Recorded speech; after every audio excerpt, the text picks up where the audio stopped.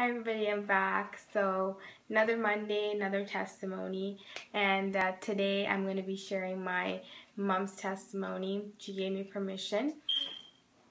So I'm going to go ahead and get started.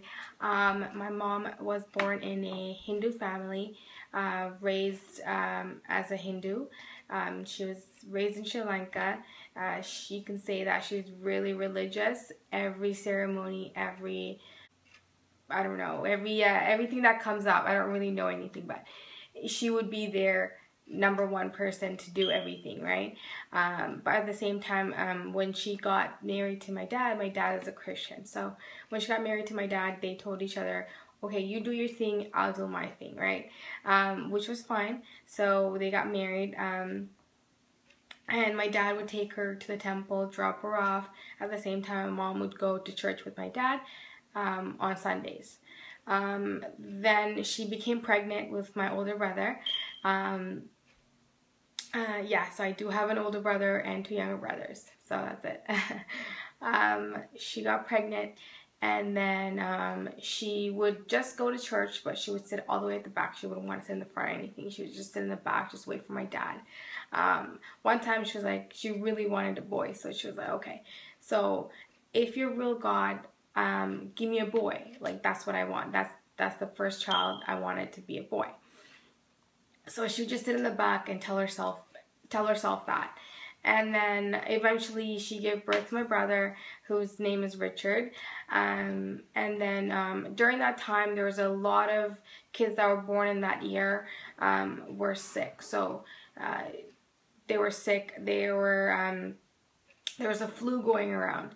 So she was kind of upset because my brother got the flu as well. And when he got the flu, he was so sick to the point where the doctors wouldn't even take him inside the hospital because they thought all the other kids would be infected as well.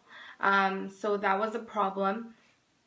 And she was really sad about that because my brother was so sick to the point he was gonna die. And then my mom, what happened was that they took him to church that night, and they sat outside and prayed, saying that if you're real God, then prove to me and give my child back to me, because my brother was at a point he couldn't even breathe. He was just the not even first few days old baby, and he couldn't breathe, and he was so sick. My mom was like, you know what? If you're a real God, then prove it to me. If you give my son back to me alive, then I will worship you, and I will submit myself to you. Not only will I submit myself, I will give my firstborn child to you, and he will do your ministry. As soon as my parents and my dad said, I will submit my child to you, and he will do your ministry. We're giving him to you. Just give his life back. So at that second and time, my brother started breathing. So from that day onwards, she changed from being a Hindu to Christian. Most people don't like the fact that when people change religion, but there's a point in time when you realize the truth. When the truth comes out, you eventually change. And that's what took place in her life. And she gave herself to God, and through the prayer, God blessed her. And now I was born after that, and then I have two little brothers, and we were raised in a Christian family with love and care. So main focus on this testimony is that prayer. It is important for you to pray.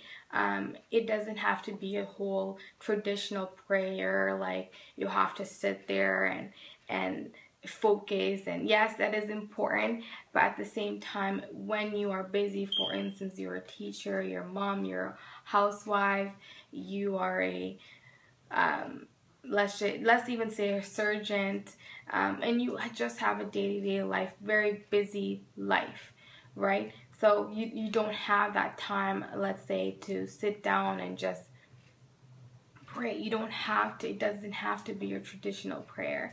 It could be a small prayer, and prayer doesn't have to be so perfect, because prayer is you having a conversation with God, and just like you're talking to your parents, or just like you're talking to your child, or just like you're talking to your friends, That's how prayer is. You're literally having a conversation with God. What I do is most of the time I wake up and because I work late, so I don't have that much time. And when I'm on my way to work, that 30 minutes that I have in my car, I do give that 30 minutes to God and pray in my car. Sometimes people look at me, what is she doing? Like, she looks weird. And that doesn't care. I don't care about that. I don't care if I look crazy because I'm spending time with God. That is more important to me. So,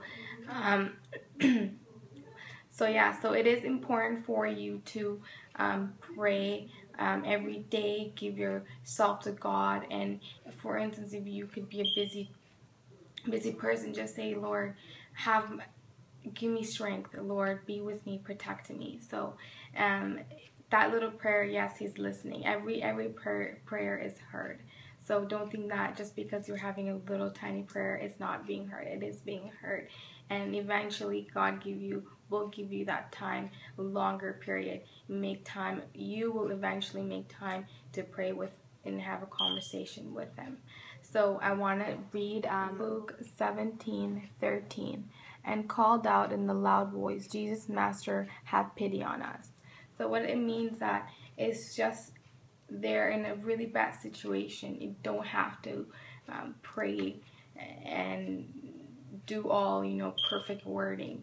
It's just simple few words that you say, Lord, have my back. And he's going to be there. So that is it for today. And I love getting your emails and Facebook messages. Your feedbacks are awesome. Thank you for supporting and your comments, likes. And also, I would like it if you guys would share and subscribe to my videos. And that is it for today. So I'll see you guys on Friday. God bless you. Bye-bye.